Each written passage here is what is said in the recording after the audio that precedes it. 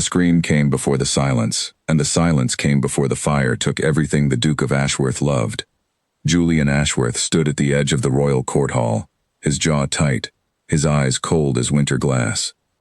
3 years had passed since that night, yet the memory still moved through him like smoke through a closed room, filling every corner even when no one could see it. He had built walls around himself so high that even his closest friends no longer tried to climb them. He came to court because duty demanded it, not because he wished to be there. The laughter of nobles, the clinking of crystal glasses, the perfumed air thick with gossip, none of it reached him anymore. He moved through the crowd like a shadow among candles, nodding when required, speaking only when spoken to. Lords bowed, ladies whispered behind painted fans. He ignored them all. His mind was elsewhere, as it always was, trapped somewhere between a burning house and a grave too small for the boy who should have grown up in it. It was near the servants' corridor, far from the golden light of the main hall, that he heard it. A child crying. Not the polite whimper of a scolded page boy, not the practiced tears of a girl seeking attention. This was raw, broken, the kind of crying that came from somewhere deep and frightened. Julian's steps slowed without his permission. He told himself to keep walking. Court was full of children, servants' sons, kitchen boys, stable hands. Crying was common enough among the overworked young ones. It was not his concern. But something made him turn his head. In the shadow of a stone archway, sitting alone on the cold floor, was a boy no older than 6. His clothes were thin and patched, his knees drawn to his chest, his small shoulders shaking with each sob. No one stopped for him. Servants hurried past with trays and folded linens, stepping around him as though he were nothing more than a piece of furniture left in the wrong place. Julian felt something twist inside his chest, sharp and sudden, like a needle pressed into an old wound. He did not know why. He told himself it did not matter. Children cried. This one would stop eventually, comforted by someone whose job it was to comfort him. He walked closer anyway, though his feet felt heavier with each step, as though some part of him already knew this moment would matter more than he wished it to. "Boy," Julian said, his voice carrying the practiced coldness he used on everyone now. "Why are you crying in the middle of a corridor where you do not belong?" The boy looked up. His eyes were red-rimmed, his cheeks streaked with dirt and tears. But there was something in his face, something achingly familiar, that made Julian's breath catch for half a second before he forced the feeling away. "I am sorry, sir," the boy whispered. "I could not find my way back to the kitchens." "Then find it," Julian said, sharper than he intended. "Crying will not show you the path." The boy flinched at his tone, and something like shame flickered through Julian, quickly buried beneath the armor he had worn for 3 long years. He was not a man who comforted strangers. He was not a man who comforted anyone anymore. A steward appeared from around the corner, out of breath, clearly searching for the missing child. "There you are, you troublesome thing.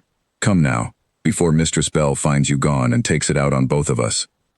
The boy scrambled to his feet, wiping his face with the back of his sleeve. He glanced once more at Julian, a strange, searching look, as though he were trying to memorize the Duke's face for reasons only a child could understand. Then he was gone, pulled away by the steward's impatient hand, disappearing into the shadows of the corridor.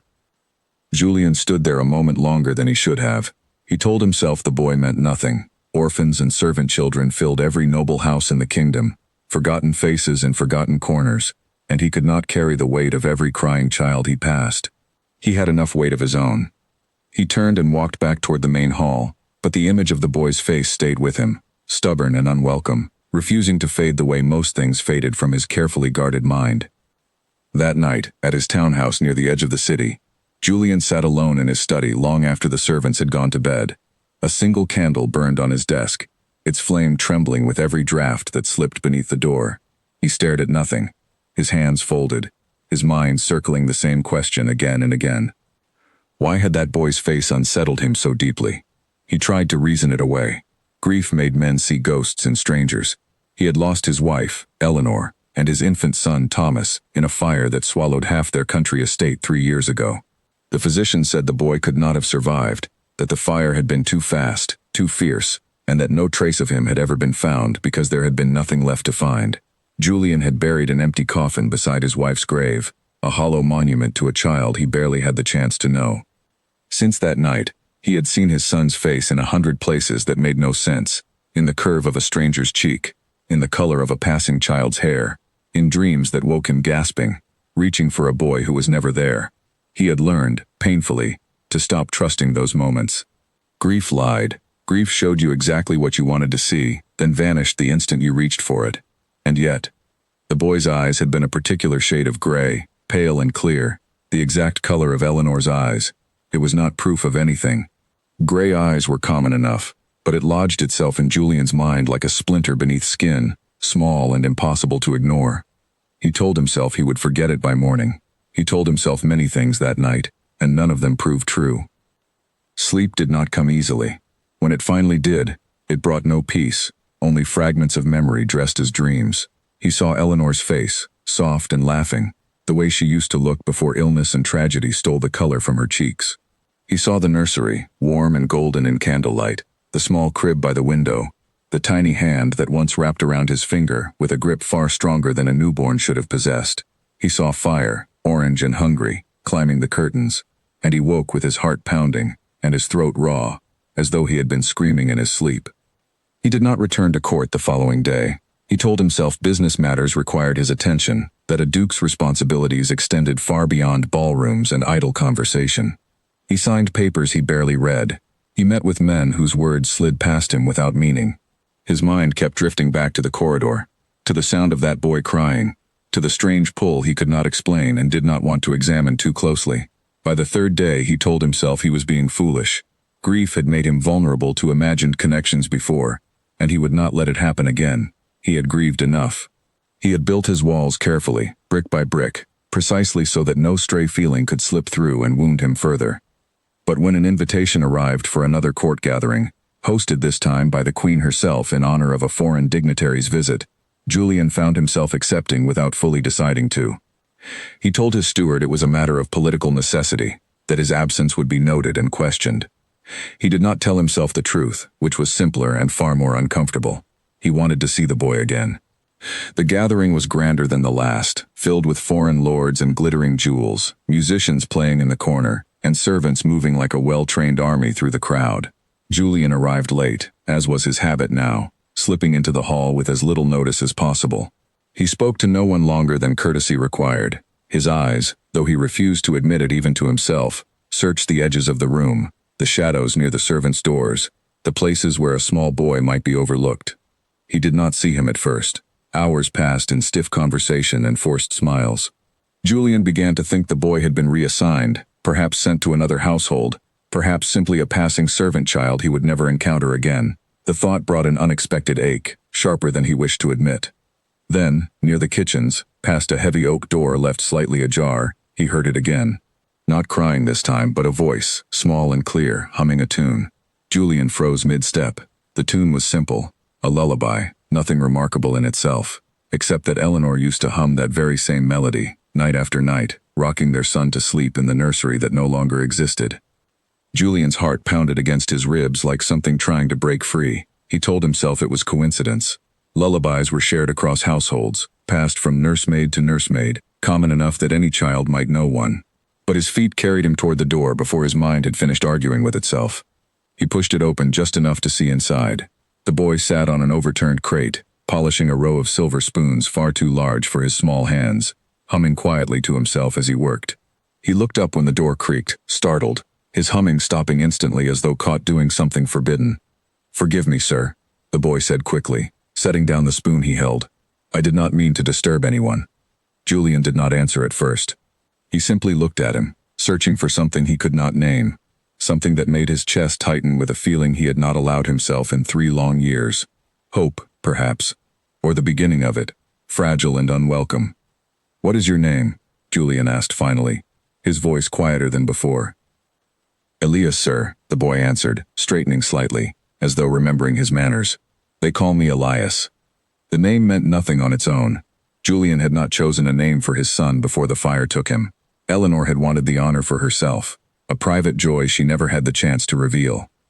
And yet something in the way the boy said it, calm and certain, settled strangely in Julian's mind, another small stone added to a growing weight he did not yet understand. "Where are your parents, Elias?" The boy's face fell, the light in his eyes dimming. "I do not have any, sir. Mistress Bell says I was left at the orphanage when I was very small. I do not remember before that." Julian felt the ground shift slightly beneath him, though he stood perfectly still. An orphan, left as an infant, around the time his own son had supposedly died. It could mean nothing. Orphans arrived at such places every season, abandoned for 100 different reasons that had nothing to do with fires or lost nobility. He told himself this firmly, the way he told himself many things he no longer fully believed. "Do you know where you came from before the orphanage?" Julian asked, careful to keep his voice even, though his pulse raced beneath his composed exterior. Elias shook his head slowly. "No, sir. Mistress Bell says a woman brought me in the night, wrapped in a fine blanket, far too fine for an orphan child. She said the woman cried the whole time, and then she was gone before morning. No one ever came back for me." Julian's hands curled into fists at his sides, though he kept his expression carefully neutral. A fine blanket, a crying woman, a boy left in the dead of night, around the time a fire had stolen his family from him. It was not proof. He reminded himself firmly that it was not proof of anything at all. Coincidences existed.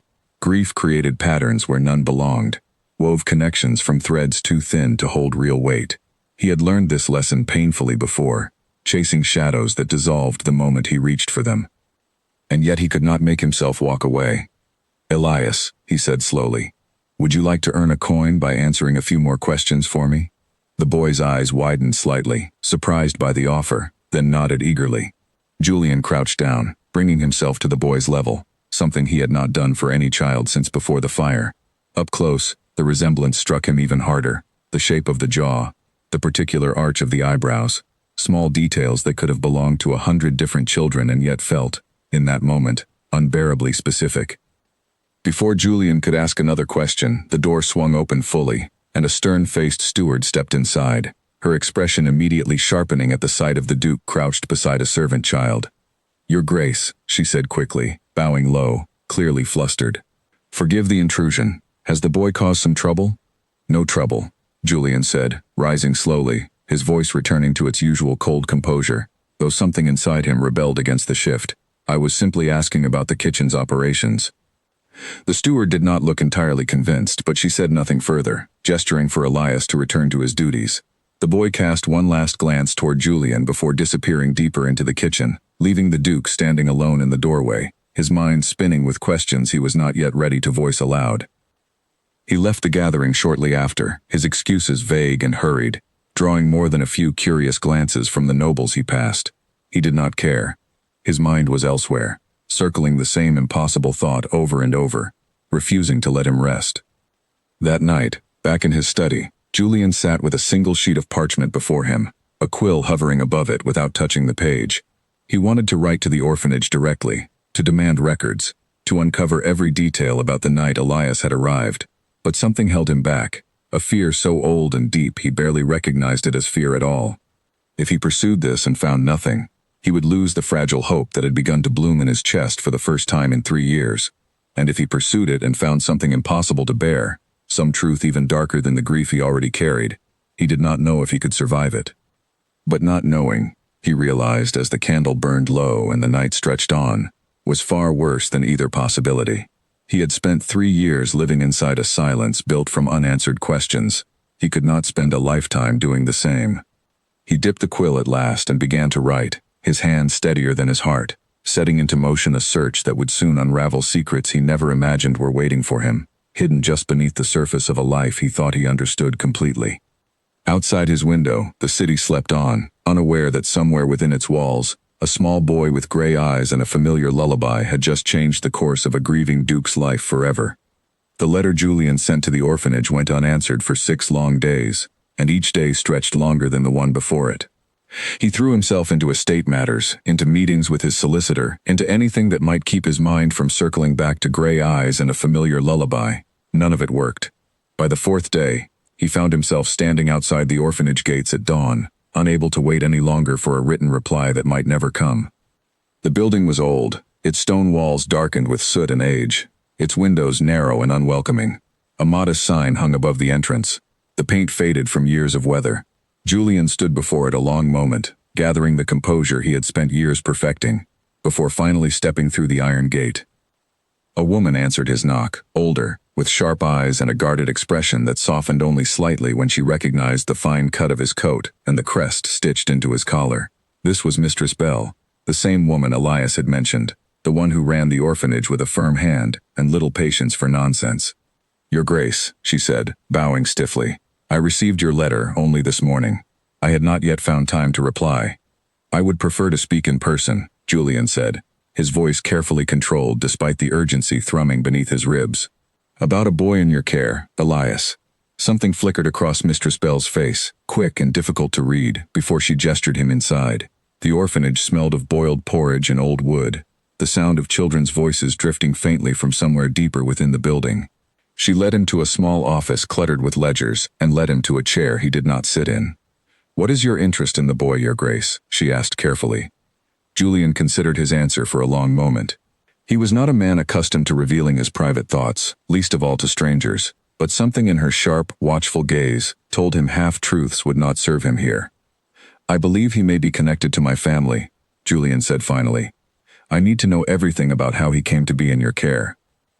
Mistress Bell studied him for a long moment, then moved to a shelf lined with worn ledgers, running her finger along the spines until she found the one she wanted. She opened it on the desk between them, flipping through pages filled with names and dates written in careful, cramped handwriting.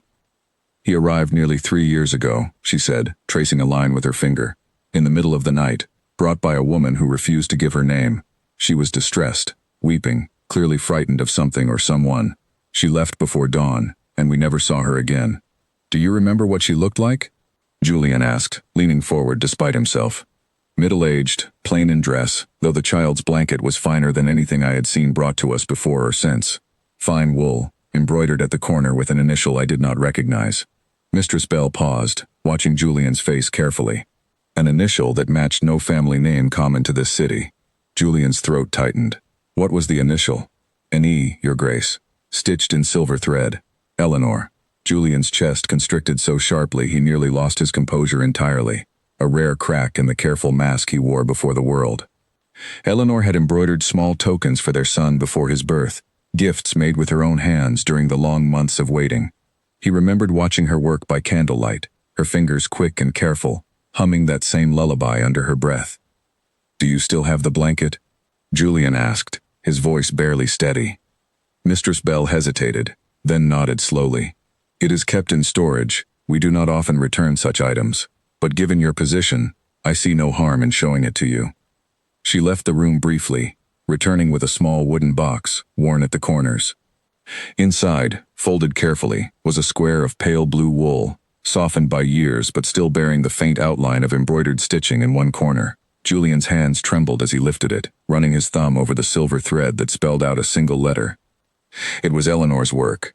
He would have recognized it anywhere, in any lifetime, under any circumstance.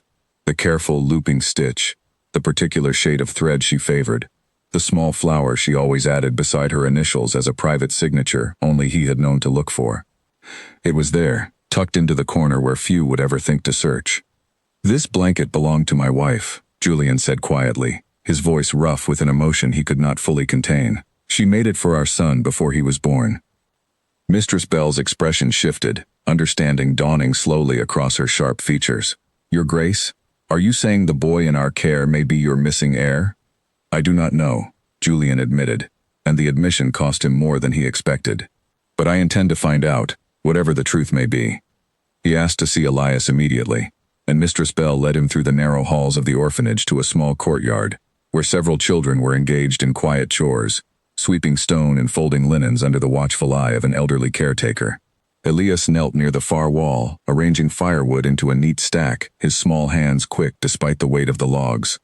He looked up when Julian entered the courtyard, his eyes widening with recognition and a flicker of confusion.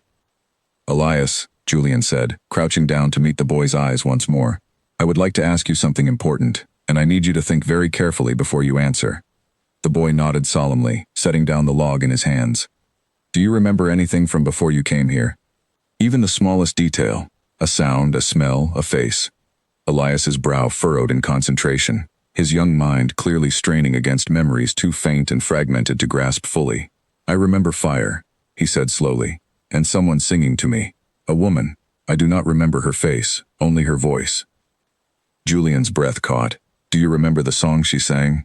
Elias hesitated, then began to hum softly, the same tune Julian had heard drifting from the kitchen days before, the same melody Eleanor had sung 1,000 times in a nursery that no longer existed.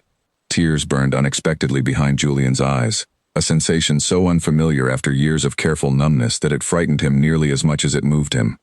"That is enough for today," Julian said gently, his voice thick with emotion he could not fully suppress. He rose slowly, turning to Mistress Bell with a request that left no room for refusal. "I wish to take temporary guardianship of the boy while I investigate further. I will provide whatever documentation and compensation your establishment requires." Mistress Bell studied him a long moment, weighing the request against years of caution built from protecting the children in her care from those who might exploit them. Finally, she nodded slowly. "Given the evidence before us, I believe that would be appropriate, Your Grace. But I must ask that you proceed carefully. That boy has already lost one family. I will not see him hurt by false hope if this connection proves mistaken." "I intend to be certain," Julian said firmly, "before I allow either of us to hope too deeply." But even as he said the words, he knew hope had already taken root within him, stubborn and persistent, refusing to be reasoned away. The journey back to his townhouse passed in near silence, Elias seated across from him in the carriage, eyes wide as he took in the passing streets, the tall buildings, the world beyond the orphanage walls he had rarely seen. Julian watched him carefully, searching for more signs, more proof, though he knew logically that resemblance and a fragment of song were not enough to build certainty upon. "Where are we going?" Elias asked quietly, his small hands folded nervously in his lap. "To my home," Julian said, "for a little while, until I can learn more about where you came from." "Are you my father?" Elias asked, the question so direct and unguarded that Julian felt it strike him like a physical blow. He did not answer immediately, choosing his words with the same care he might use negotiating a delicate treaty. "I do not know yet," he said finally, honestly, "but I intend to find out. And whatever the truth is, you will not be alone in learning it." Elias considered this answer with the particular seriousness only children seemed capable of, then nodded slowly, apparently satisfied for the moment, though Julian suspected the question would return, again and again, until a true answer could finally be given. That evening, Julian arranged for Elias to be settled into one of the guest rooms, instructing the household staff to treat him with kindness and discretion, though he offered no explanation for the sudden presence of a servant child within his home. Whispers would spread regardless, he knew, but he cared little for gossip in the face of what might finally be unfolding before him. Alone in his study once more, Julian retrieved a locked drawer he had not opened since the funeral, 3 years of dust settling over its contents. Inside lay a small collection of items rescued from the ashes of his former estate, precious few belongings that had survived the fire that took his family. Among them was a single infant shoe, soft leather scorched at one edge, and a lock of pale hair tied with faded ribbon, kept by Eleanor as a private treasure before tragedy struck. He held the shoe now, turning it over in his hands, comparing its size against memory as best he could. It told him nothing certain, only that his son had been small once, ordinary in every way except for the love that had surrounded him during his brief life. A soft knock interrupted his thoughts. He looked up to find Elias standing hesitantly in the doorway, dressed now in a borrowed nightshirt far too large for his small frame, his gray eyes uncertain in the dim candlelight. "I could not sleep," Elias admitted quietly. "The house is very quiet. I am not used to quiet." Julian felt something soften within him, an instinct he thought long buried beneath years of grief and isolation. "Come in," he said, gesturing to the chair across from his desk. "Quiet takes some getting used to, I suppose." Elias climbed into the chair, his small legs dangling far above the floor, watching Julian with open curiosity. "What is that?" he asked, nodding toward the infant shoe still resting in Julian's palm.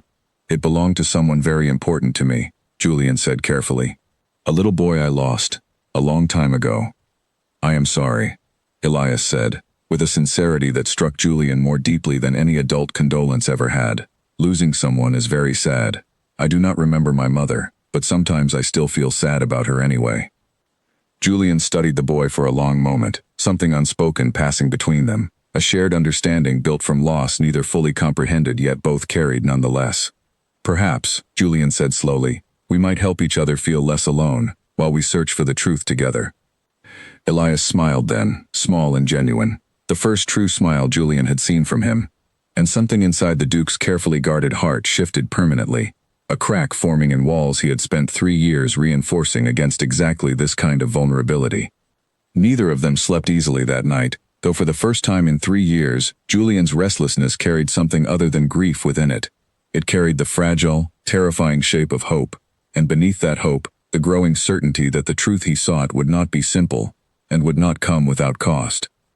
Somewhere in the city, records still waited to be uncovered, witnesses still waited to be found, and secrets buried deep within the ashes of a tragedy 3 years old still waited for the moment they would finally be forced into the light.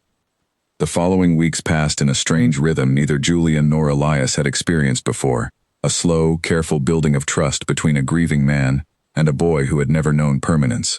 Julian hired tutors to begin the boy's education, though he insisted the lessons remain private, away from prying eyes and the questions they might raise. He told himself he was simply being cautious, protecting Elias from false hope should the truth prove disappointing.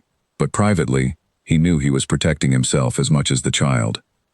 Each evening after lessons concluded, Julian found himself drawn to the study where Elias often waited, curious about the world beyond the orphanage walls, eager to learn everything from the names of distant countries to the proper way to hold a quill.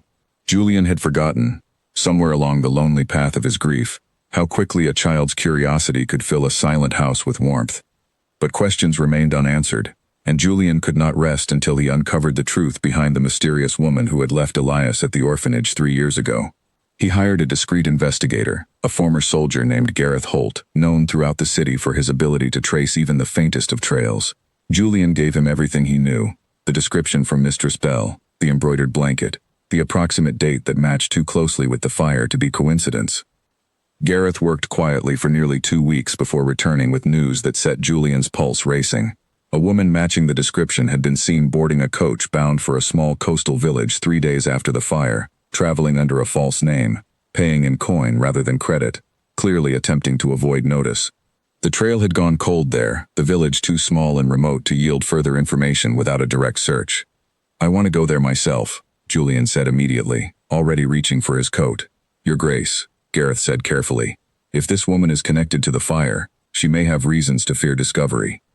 She may not welcome your presence, and there is no guarantee she remains in the village at all." "I do not care about her welcome," Julian said. "I care about the truth, and I have waited 3 years to find it."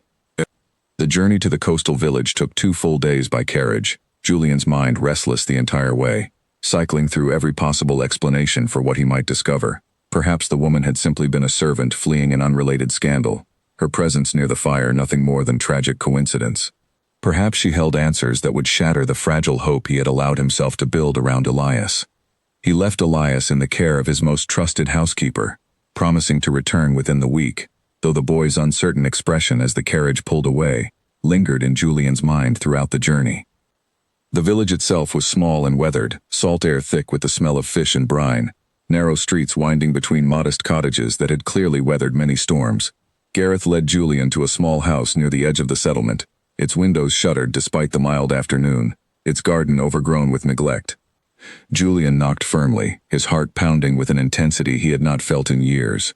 Long moments passed before the door opened a cautious crack, revealing a thin, weathered woman with tired eyes and graying hair pulled back severely from her face.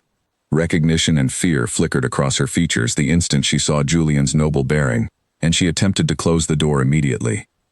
"Please," Julian said quickly, wedging his foot against the frame before it could shut fully. "I am not here to cause harm. I only seek answers."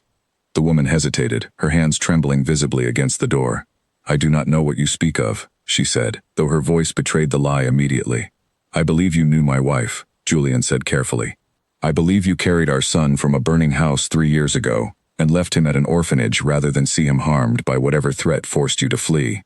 The woman's face crumbled entirely then, years of guarded fear finally breaking beneath the weight of discovery. She stepped back from the door, allowing it to swing open, gesturing wordlessly for Julian to enter. Inside, the cottage was sparse but clean. A single chair positioned near a modest hearth where a low fire struggled against the cool sea air.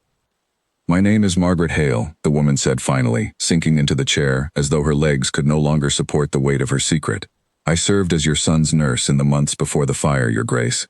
I have carried this guilt every single day since." Julian remained standing, every muscle tense with the effort of controlling his emotions. "Tell me everything," he said quietly. "From the beginning." Margaret's hands twisted together in her lap as she began, her voice trembling but steady enough to carry the story that had haunted her for 3 long years.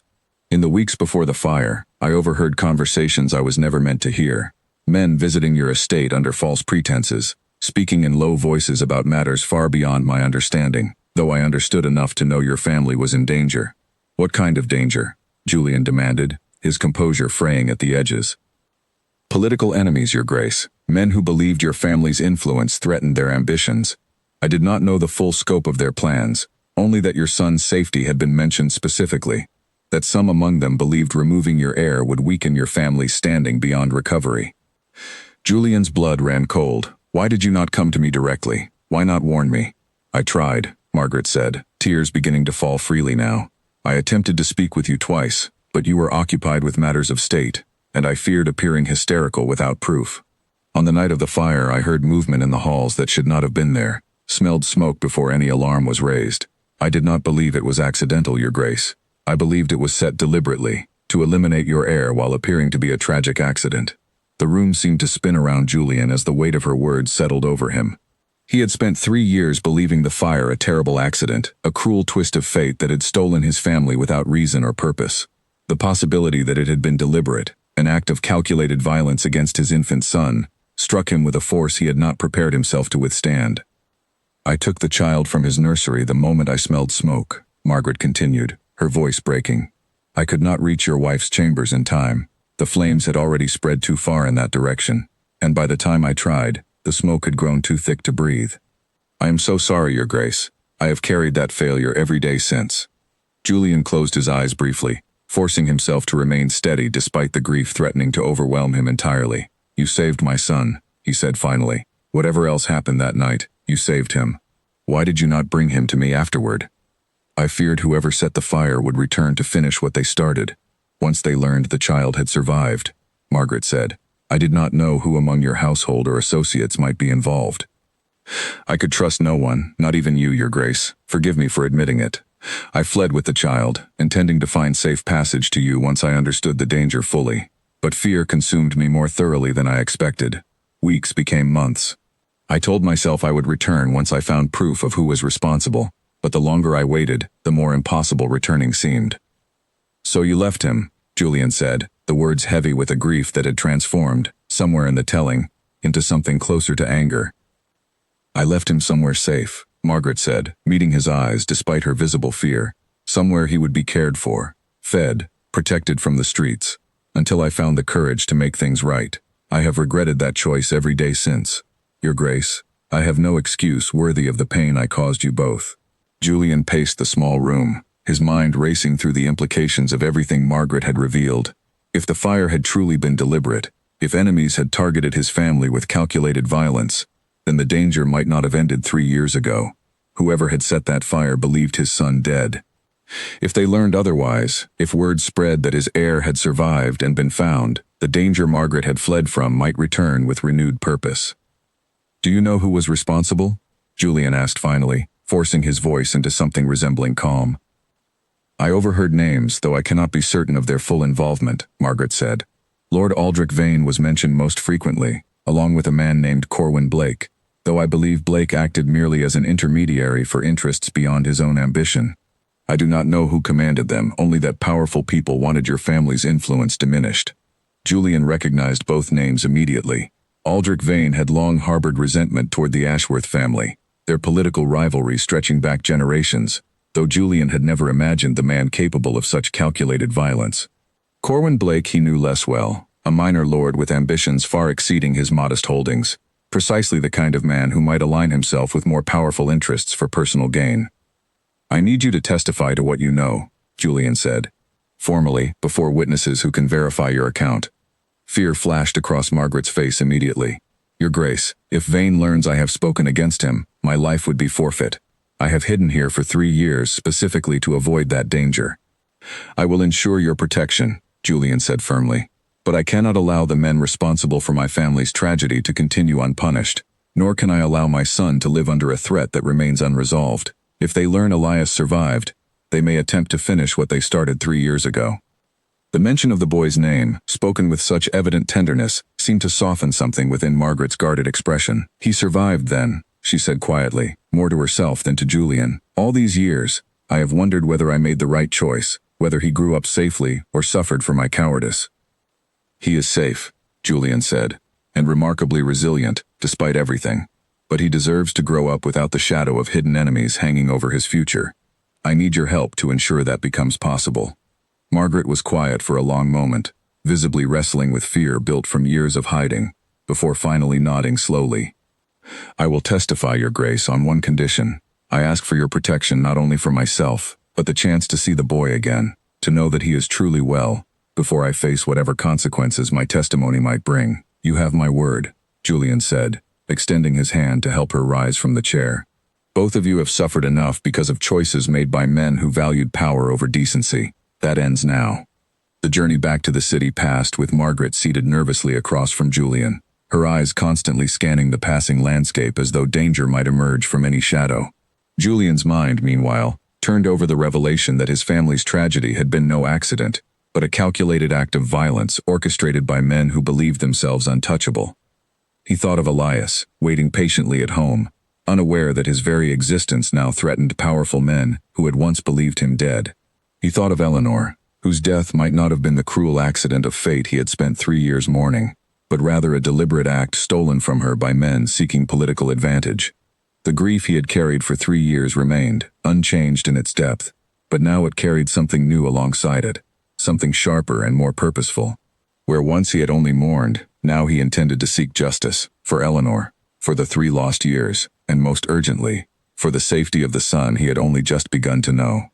As the carriage rolled onward toward the city, Julian understood clearly that the path ahead would not be simple.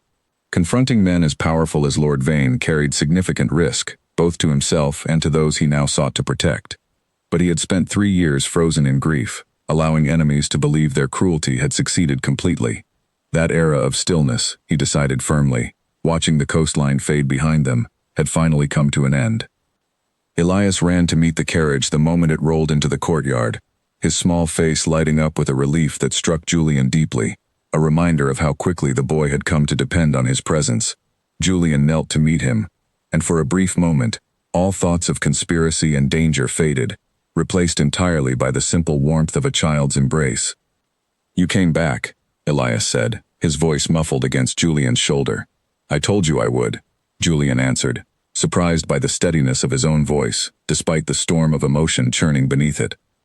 Margaret watched the reunion from a careful distance, tears welling in her eyes as she observed the boy she had once carried from a burning house, now grown taller, stronger, clearly cherished, despite the uncertainty of his origins. When Elias finally noticed her, his brow furrowed with the particular confusion of a child sensing familiarity he could not fully place. Do I know you? He asked, tilting his head curiously. You knew me once, a long time ago, Margaret said softly, kneeling to meet his eyes. I used to sing to you, before you could remember such things clearly. Elias studied her face for a long moment, then something shifted in his expression, a flicker of recognition too deep for conscious memory, but present nonetheless, in the instinctive comfort he seemed to feel in her presence. You have a kind face, he said simply, and Margaret's tears finally spilled over, unable to hold back the emotion any longer. That evening, after Elias had been settled for the night, Julian met privately with Margaret and Gareth in his study, the heavy curtains drawn against prying eyes, candles casting long shadows across maps and documents spread across the desk. The conversation that followed was careful and deliberate, each man weighing the risks of the path forward. Lord Vane holds significant influence at court, Gareth said, tracing a finger along a hastily sketched diagram of political alliances. Accusing him without ironclad proof would be dangerous, both legally and politically. He has powerful allies who would move quickly to discredit any accusation against him. Then we gather proof, Julian said firmly. Margaret's testimony is a beginning, but we need more. Documents, witnesses, anything that connects Vane and Blake directly to the fire. There is one possibility, Gareth said slowly, though it carries its own risk. Corwin Blake is known to keep meticulous records of his dealings, a habit born from ambition rather than caution. If such records exist regarding his involvement in your family's tragedy, they would likely be kept somewhere within his private estate. You are suggesting we search his home, Julian said. I am suggesting, Gareth clarified carefully, That discreet inquiry into Blake's affairs might reveal information without requiring anything so dramatic as unlawful entry. Blake is a man with debts and vices he works hard to conceal. Men in such positions often speak more freely than they intend, particularly when approached correctly. Julian considered this for a long moment, his mind weighing the delicate balance between patience and urgency. Approach him then, but carefully. I do not want to alert Vane before we have gathered sufficient proof to move against him decisively. Over the following days, Gareth pursued his inquiries with practiced discretion, frequenting establishments known to attract Blake's attention, cultivating conversations with servants and associates who might unknowingly reveal useful information. Meanwhile, Julian focused his attention closer to home, determined to protect Elias while the investigation continued, aware that danger might emerge from directions he could not fully anticipate. He arranged for additional guards to watch the townhouse discreetly, instructed the household staff to report any unusual activity immediately, and limited Elias's movements outside the estate grounds, though he took care to explain these precautions gently, unwilling to frighten a child already carrying more uncertainty than any young boy should bear. "Why can I not go to the market with Cook anymore?" Elias asked one afternoon, seated across from Julian in the study where their lessons had become a comfortable daily ritual. Julian considered his answer carefully, balancing honesty against the desire to shield the boy from fears he was not yet prepared to fully understand. "There are people who might wish to cause trouble," he said finally, "and until I am certain you are completely safe, I would rather keep you close." Elias's expression turned serious, far more serious than Julian expected from a child his age. "Is this about the fire? About my mother who left me at the orphanage?" Julian's breath caught slightly, surprised by the boy's perceptiveness. "What makes you ask that?" "Margaret came to visit again yesterday," Elias said. "She cried when she thought I was not looking. Grown-ups always think children do not notice things, but we notice more than you think." Julian studied the boy for a long moment, weighing how much truth a 6-year-old could reasonably carry without being overwhelmed by fears beyond his understanding. Finally, he decided honesty, delivered with care, served Elias better than protective silence ever could. "There are people who may have wished harm upon our family, a long time ago," Julian said carefully. "I am working to ensure they cannot cause harm again, to either of us. It may take time, and it may require caution, but I promise you are safe here, and I will do everything within my power to keep it that way." Elias absorbed this information with the particular gravity children sometimes displayed when confronting truths beyond their years, then nodded slowly. "I trust you," he said simply, and the weight of that trust settled onto Julian's shoulders with a heaviness he had not anticipated, alongside a fierce determination to prove himself worthy of it. Nearly 2 weeks passed before Gareth returned with information that shifted everything. He arrived late one evening, his expression grave, carrying a leather satchel he guarded closely as he was shown into Julian's study. "I found a servant within Blake's household willing to speak, in exchange for coin and protection," Gareth said, setting the satchel carefully on the desk. She confirmed that Blake met privately with Vane on several occasions in the weeks before the fire, meetings conducted with unusual secrecy, always late at night, always followed by Blake's noticeably improved finances. "That is suggestive, but not conclusive," Julian said, though hope tightened in his chest despite his caution. "There is more," Gareth continued, opening the satchel to reveal a small collection of documents. "The servant also recalled Blake receiving a delivery shortly after your estate fire. A payment she believed came directly from Vane's household, disguised as settlement of an unrelated debt. I have obtained copies of financial records that corroborate the timing, though proving the payment's true purpose will require Blake's own testimony, or documentation we have not yet secured." Julian examined the documents carefully, his mind racing through the implications. The evidence remained circumstantial, insufficient on its own to guarantee conviction before a court concerned as much with political influence as genuine justice, but combined with Margaret's testimony, it painted an increasingly clear picture of calculated violence disguised as tragic accident. "We need Blake himself to confirm his involvement," Julian said finally. "Circumstantial evidence and a frightened nurse's testimony may not be enough to overcome Vane's political standing." "Blake is a weaker man than Vane," Gareth observed. "Ambitious, but lacking Vane's ruthless conviction. If confronted directly with evidence of his involvement and offered leniency in exchange for testimony against Vane, he may choose self-preservation over loyalty." Julian nodded slowly, a plan forming in his mind, dangerous but necessary given the stakes involved. "Arrange a meeting," he said. "I will speak with Blake myself." Your Grace, that carries significant risk, Gareth cautioned. If Blake alerts Vane before you can secure his cooperation, both men may move against you and the boy before proper legal proceedings can be arranged. I am aware of the risk, Julian said, his voice hardening with resolve, but I have spent 3 years allowing these men to believe their crime went unpunished and unnoticed. I will not allow fear to delay justice any further, not when Elias's safety remains uncertain until this matter is resolved completely. The meeting was arranged for 3 days later, under the guise of a private business discussion regarding shared investments, a pretense Blake accepted without apparent suspicion. Julian spent those 3 days preparing carefully, reviewing every document Gareth had gathered, rehearsing the delicate balance of pressure and opportunity he would need to offer Blake to secure genuine cooperation. He also spent time with Elias, aware that the coming confrontation carried risks he could not fully predict or control. Their afternoons together took on a deeper significance, ordinary lessons and quiet conversations carrying weight neither of them fully voiced, though Julian suspected Elias sensed the underlying tension despite his young age. "Will everything be all right?"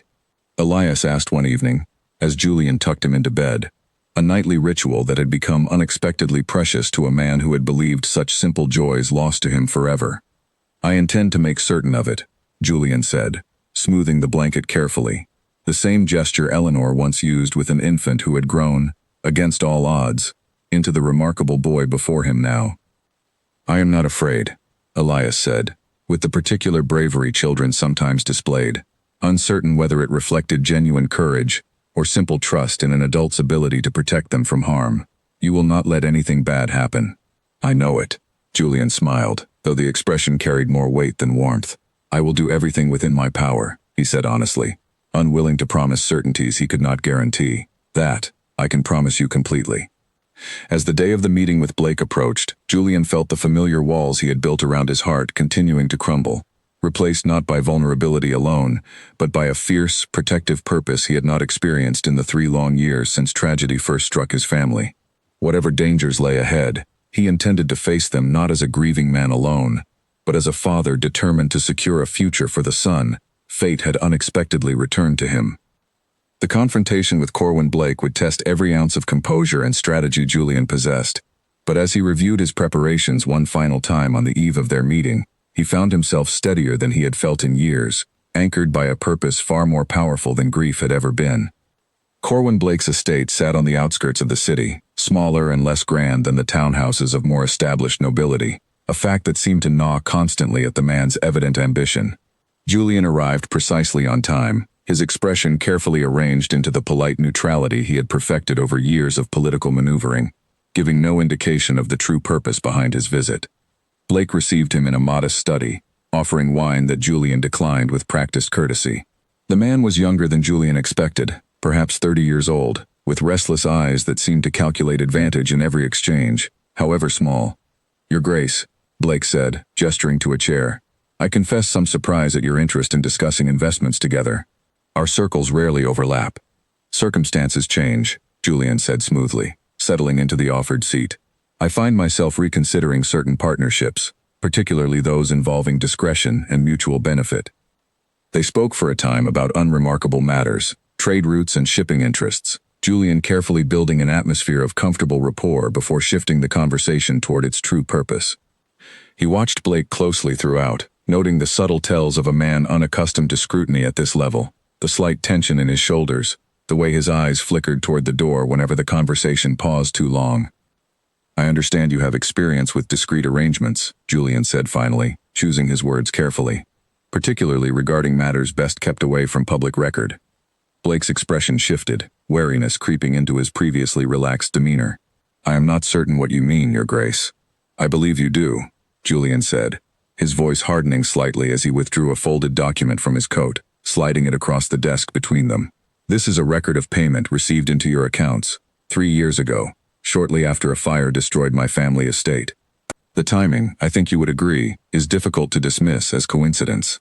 Blake's face paled visibly, his composure cracking beneath the weight of evidence he clearly had not expected anyone to uncover. "Your Grace, I do not know what you are suggesting." "I am suggesting," Julian said, leaning forward with the full weight of his authority behind every word, "that you and Lord Vane conspired to eliminate my family, believing my infant son's death would weaken our political influence beyond recovery. I am suggesting that a fire believed accidental for 3 years was, in truth, a calculated act of violence, and that you played a role in its execution. This is a serious accusation, Blake said, his voice trembling despite his attempt at composure. One that could destroy reputations without proper proof. I have proof, Julian said calmly. Testimony from a witness who overheard the planning firsthand. Financial records that corroborate payment timing precisely. What I do not yet have is your direct confirmation, though I suspect a formal investigation would uncover it regardless, particularly once Lord Vane realizes his own position is threatened and decides self-preservation outweighs loyalty to a subordinate accomplice. Blake's hands trembled visibly now, the calculating confidence he had displayed earlier crumbling entirely beneath the pressure of realized consequences. Vane approached me 2 years before the fire, he said finally, his voice barely above a whisper. He offered significant financial support in exchange for assistance with what he described as removing a political obstacle. I did not know initially the full scope of his intentions. By the time I understood he meant to harm your family directly, I had already committed myself too deeply to withdraw without facing his wrath instead. Continue, Julian said, keeping his voice carefully controlled despite the fury building steadily beneath his composed exterior. Vane arranged for a servant already placed within your household to disable certain safety measures on the night in question, ensuring the fire would spread quickly through the nursery wing before proper alarm could be raised. Blake continued, the confession spilling forth now with the desperate momentum of a man who understood concealment no longer served him. I provided funding and logistical support, but Vane orchestrated every detail personally. He believed eliminating your heir would cripple your family's influence for a generation, clearing obstacles to his own political ambitions. And my wife? Julian asked, his voice tight with barely contained grief and rage combined. Her death was not the intended primary target, though Vane expressed no remorse when informed of the full extent of the tragedy. Blake said quietly, I believe he considered it an acceptable consequence of achieving his larger purpose.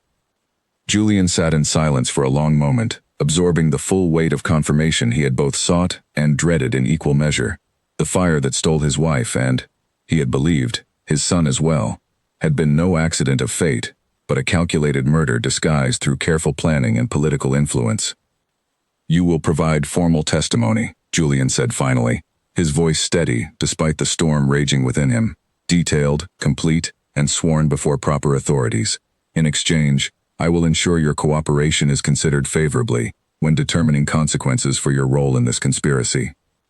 Blake nodded quickly, desperation evident in his agreement. I will testify, Your Grace. I never wished for such violence, only financial advancement.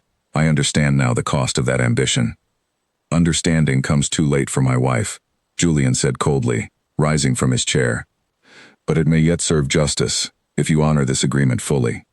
The confrontation with Lord Vane himself required more careful orchestration, given the man's significant political standing and the powerful allies who might rally to his defense should accusations emerge without overwhelming proof. Julian spent the following days working closely with legal counsel, ensuring every piece of evidence, Margaret's testimony, the financial records, and now Blake's formal confession, was properly documented and prepared for presentation before the Royal Council responsible for adjudicating matters involving nobility. The formal hearing took place nearly 3 weeks after Julian's confrontation with Blake, held within the Grand Chamber of the Royal Council, attended by nobles whose presence Julian had specifically requested to ensure the proceedings received appropriate weight and public attention. Lord Vane arrived with characteristic confidence, clearly unaware of the depth of evidence assembled against him, his expression shifting only slightly when he noticed Margaret Hale seated among the witnesses prepared to testify. The proceedings unfolded methodically, each piece of evidence presented with careful precision, Margaret's tearful but steady testimony describing the conversations she had overheard, Blake's written confession read aloud before the assembled council, financial records displayed for examination by skeptical but increasingly convinced nobles. Vane's composure cracked steadily throughout, his attempts at denial growing increasingly desperate as the weight of evidence mounted beyond any reasonable dispute. This is fabrication, Vane insisted, his voice rising with barely contained panic, as Julian presented the final piece of evidence, a signed statement from the household servant Blake had identified as disabling the estate's safety measures on the night of the fire. A conspiracy orchestrated by a grieving man seeking someone to blame for an unfortunate accident. An accident, Julian said, his voice carrying clearly through the silent chamber, "does not require a servant paid to disable safety measures precisely timed to a nursery fire. An accident does not require substantial payment transferred immediately afterward to the man who arranged such sabotage. You believed my son dead, Lord Vane, and you believed your crime successfully concealed. You were wrong on both counts." The council chamber fell into stunned silence as Julian's final words settled over the assembled nobility. Vane's face had gone ashen, his earlier confidence entirely evaporated beneath the crushing weight of undeniable evidence and public exposure. Guards, summoned in advance by Julian's careful preparation, moved forward to detain him as the council formally announced charges pending full investigation and trial. As Vane was led from the chamber, still protesting weakly against accusations that had comprehensively unraveled his careful facade of respectability, Julian felt something shift within him, a burden he had carried for 3 years finally beginning to lift, replaced by something closer to peace than he had believed himself capable of feeling again. He turned to find Elias watching from a side chamber where he had been kept during the formal proceedings, his young face solemn but curious, clearly sensing the significance of what had just transpired, even without fully understanding every detail. Julian crossed the room and knelt before him, meeting his eyes directly. "It is finished," Julian said softly. "The people who hurt our family will face justice, and you never need fear them again." Elias studied his face carefully, then threw his small arms around Julian's neck in an embrace that carried more relief and trust than words could have expressed. "Does this mean I truly am your son?" he asked quietly, the question he had clearly carried throughout the entire ordeal finally finding voice. Julian pulled back slightly, meeting the boy's gray eyes, so like Eleanor's, so achingly familiar despite the years of separation neither had chosen. "Formal proceedings will confirm what my heart has known for weeks now," Julian said gently. "But yes, Elias, you are my son, and nothing will ever separate us again." Tears filled the boy's eyes, though his smile shone through them brilliantly, and Julian felt his own composure finally break completely. 3 years of carefully guarded grief dissolving into something far gentler, far more hopeful than he had believed possible when he first heard a small boy crying, unnoticed, in a crowded palace corridor. The formal legal proceedings to confirm Elias as Julian's legitimate heir would take additional weeks to complete, requiring careful documentation and testimony from multiple witnesses familiar with both Eleanor's pregnancy and the distinctive markings on the blanket Margaret had preserved so carefully. But standing there in the aftermath of justice finally served, father and son together for the first time as acknowledged family, Julian understood that the true reunion had already occurred, weeks earlier, in a moment neither of them would ever forget. Winter arrived early that year, dusting the city in soft white snow that transformed familiar streets into something quieter, gentler than Julian remembered them being in years past. Inside the Ashworth townhouse, warmth filled every room now, not merely from carefully tended fires, but from the presence of a small boy, whose laughter had become as natural to the household as the changing seasons themselves. The formal proceedings confirming Elias as Julian's legitimate heir had concluded successfully weeks earlier, supported by overwhelming evidence and testimony that left little room for doubt among the royal council. Lord Vane awaited trial in custody, his once formidable political influence crumbling rapidly as allies distanced themselves from association with confirmed conspiracy and violence. Corwin Blake, in exchange for his cooperation, faced reduced consequences, though his reputation and standing had been permanently and irreparably damaged. Margaret Hale had accepted Julian's offer of permanent residence within the household staff, her role transformed from fearful fugitive to trusted caretaker, her bond with Elias deepening steadily as fragmented childhood memories slowly returned to him through her patient guidance and gentle reminders. She often sat with him in the evenings, sharing stories of Eleanor that Julian himself found difficult to voice without emotion, still too raw for easy conversation, allowing Elias to build a picture of the mother he would never fully remember, through the loving recollections of someone who had known her intimately. Julian found himself changed in ways he had not anticipated when this journey began with a crying boy ignored in a palace corridor. The careful walls he had constructed around his heart, brick by painful brick over 3 years of isolating grief, had crumbled entirely now, replaced not by vulnerability alone, but by a purpose and warmth he had believed permanently lost to him. He laughed more easily now, engaged more readily with the world beyond his private sorrow, allowed himself moments of genuine joy without the immediate guilt that had once accompanied any happiness following Eleanor's death. Court, too, had noticed the transformation. Nobles who once whispered about the cold, withdrawn Duke now spoke instead of his devotion to his newly recovered son, of the warmth that had returned to his expression, of the remarkable story that had unfolded from tragedy into unexpected triumph. Julian cared little for such gossip generally, but he found himself grateful nonetheless that Elias would grow up known not as the forgotten orphan boy overlooked in palace corridors, but as the beloved heir whose survival had exposed a dangerous conspiracy and restored justice to a family wronged. One particularly cold evening, as snow fell steadily beyond the study windows, Julian sat with Elias near the crackling fire. The boy curled comfortably against his side as they reviewed the day's lessons together, a ritual that had become precious beyond measure to a man who once believed such simple domestic joys forever beyond his reach. "Papa," Elias said, using the term he had gradually adopted over recent weeks, each utterance still sending a warm ache through Julian's chest. "Will you tell me about my mother again? The story about the garden this time?" Julian smiled, setting aside the lesson book between them, allowing memory to surface with far less pain than it once carried. "Your mother loved gardens more than almost anything," he began, watching Elias's face light with the particular attention children reserved for beloved familiar stories. "Even in the depths of winter, she would walk through the frozen garden at our former estate, insisting that beneath the snow and ice, everything necessary for spring's return remained patiently waiting. Like me," Elias said thoughtfully, "waiting at the orphanage, even though I did not know you were looking for me." Julian felt his throat tighten with emotion at the boy's perceptive comparison, so simple yet so profoundly accurate. "Yes," he said softly, pulling Elias closer against his side. "Exactly like that. Sometimes the things we believe lost forever are simply waiting, patient and hidden, for the right moment to return to us." They sat together in comfortable silence for a time, watching snow gather against the window panes. Father and son finally united, after years of separation neither had chosen nor deserved. Julian thought of the crying boy he had first ignored in that crowded palace corridor, dismissed coldly amid his own grief and isolation, and felt a familiar pang of regret for those wasted early moments. Moments he could never fully reclaim despite everything that had followed. But regret, he had learned over these transformative months, served little purpose when weighed against gratitude for what remained possible now.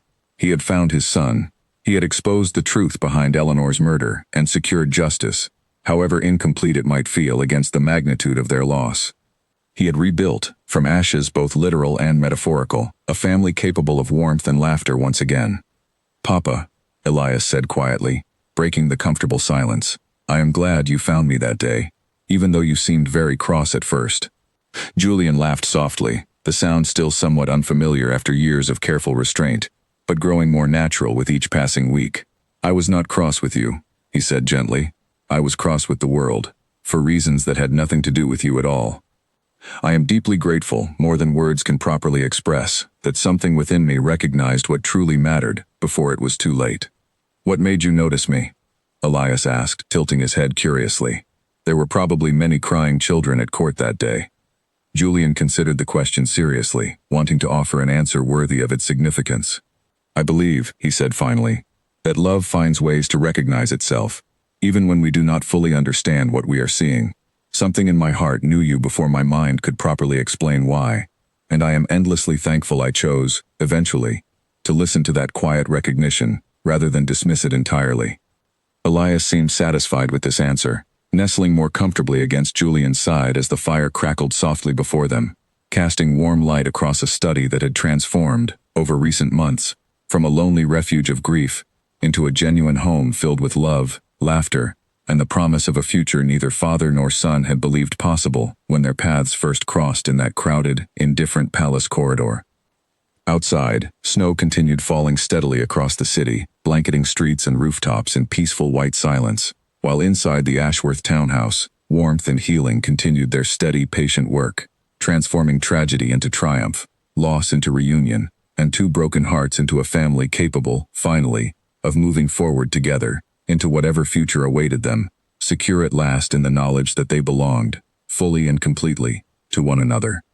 Spring arrived slowly that year, melting the snow that had blanketed the city for what felt like months, revealing gardens ready to bloom again after their long, patient rest beneath winter's cover.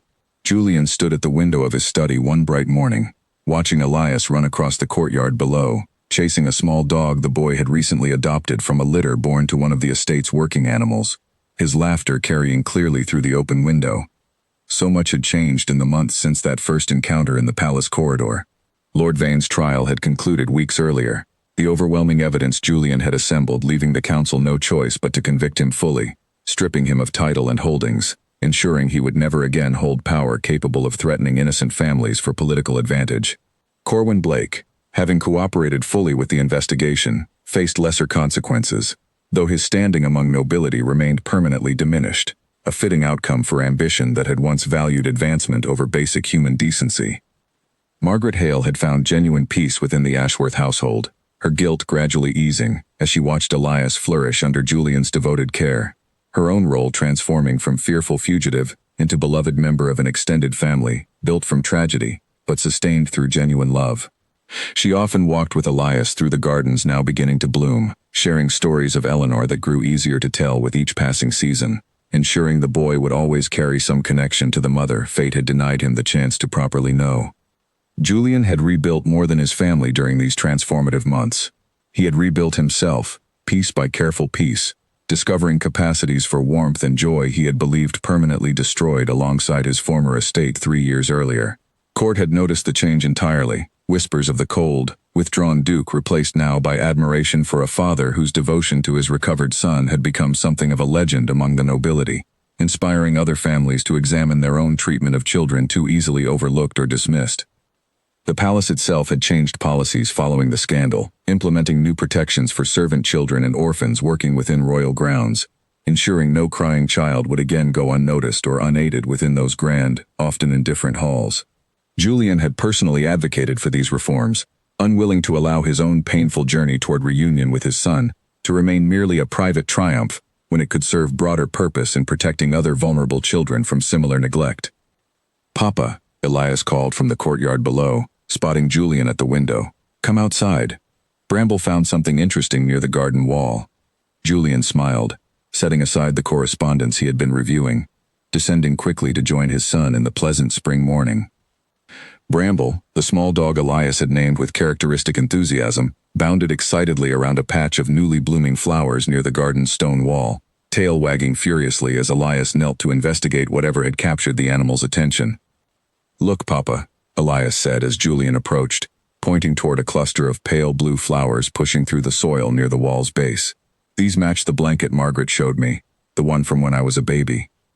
Julian knelt beside his son, examining the flowers carefully, recognizing immediately the particular shade that had indeed matched the wool Eleanor had chosen for that precious, precious blanket years earlier. "Your mother planted flowers exactly this color throughout our former garden," he said softly, memory surfacing now with gentle nostalgia rather than sharp grief. "She always said blue reminded her of quiet mornings and peaceful beginnings." "Do you think she would like our garden here?" Elias asked, his young face turned upward with genuine curiosity about the mother he continued learning to know through fragments of memory and loving recollection. "I believe she would love it very much," Julian said, "particularly seeing how happy you have become within it." They spent the remainder of that morning together in the garden, Elias chasing Bramble between flower beds while Julian watched with a contentment he had once believed forever beyond his reach. Later, as the afternoon sun warmed the stone terrace where they often took their midday meal together, Julian found himself reflecting on the remarkable journey that had brought them to this peaceful moment. He thought of that first crowded court gathering, of walking coldly past a crying child he had initially dismissed as unremarkable, one among countless overlooked servants and orphans populating every noble household throughout the kingdom. He thought of the quiet whisper of a familiar lullaby that had first pierced through his careful grief, planting seeds of hope he had scarcely dared nurture given how thoroughly loss had once devastated him. He thought of Margaret's tearful confession in that small coastal cottage, of Blake's desperate admission within his modest study, of Vane's crumbling composure before the assembled council, as overwhelming evidence exposed years of carefully hidden conspiracy. Each step along that difficult journey had carried its own weight of fear and uncertainty, yet each had ultimately led toward this peaceful spring afternoon, father and son together, secure in a bond neither tragedy nor conspiracy had proven capable of permanently severing. "Papa," Elias said, interrupting Julian's quiet reflection, "will you teach me to fence this summer? Gareth says a proper young lord should know such things." Julian laughed, genuine amusement coloring his response in a way that would have seemed impossible to the withdrawn, grieving man he had been merely a year earlier. "Gareth is not wrong," he said, "though I suspect he simply wishes an excuse to demonstrate his own skill before an admiring young audience." "Will you teach me yourself, though?" Elias pressed, his gray eyes, so like Eleanor's, bright with genuine eagerness. "I would be honored to," Julian said, meaning every word completely, grateful beyond measure for opportunities to build these ordinary, precious moments of connection he had once believed permanently stolen from him. As afternoon shadows lengthened across the terrace, Bramble finally settling into contented sleep near Elias's feet, Julian allowed himself a rare moment of complete, unguarded peace. The path that had brought them here had been neither simple nor painless, marked by grief, conspiracy, and dangerous confrontation with men who valued power over basic human decency. But the destination, this quiet, ordinary happiness shared between father and son, made every difficult step along that journey worthwhile beyond measure. He thought, too, of all the other children who might still be overlooked in crowded corridors throughout the kingdom, crying quietly while indifferent adults hurried past, too consumed by their own concerns to notice suffering easily prevented through simple attention and care. His journey with Elias had taught him, painfully but permanently, the profound importance of truly seeing those too easily dismissed or ignored, a lesson he intended to carry forward through both personal conduct and the broader reforms he continued advocating within court itself. "Papa," Elias said softly, leaning against Julian's side as the sun began its slow descent toward evening, "I am glad you finally listened, that day in the corridor, even though it took you a little while to notice me properly." Julian wrapped his arm around his son, pulling him closer, grateful beyond measure that fate, however painfully circuitous its path, had ultimately allowed this reunion to unfold. "I am endlessly grateful as well," he said quietly, watching the garden's blue flowers sway gently in the evening breeze, so reminiscent of Eleanor's beloved blooms from years past. Some whispers, it seems, carry enough power to change an entire life, if only we remain willing to listen carefully enough to hear them. Together, father and son watched the sun set slowly over their peaceful garden, secure in a bond forged through tragedy but sustained, now and always, through genuine, unwavering love, their story a testament to the profound difference that simple attention and compassion could make, even amid the busiest, most indifferent crowds, for those quiet, easily overlooked souls who needed nothing more than someone willing to finally, truly listen.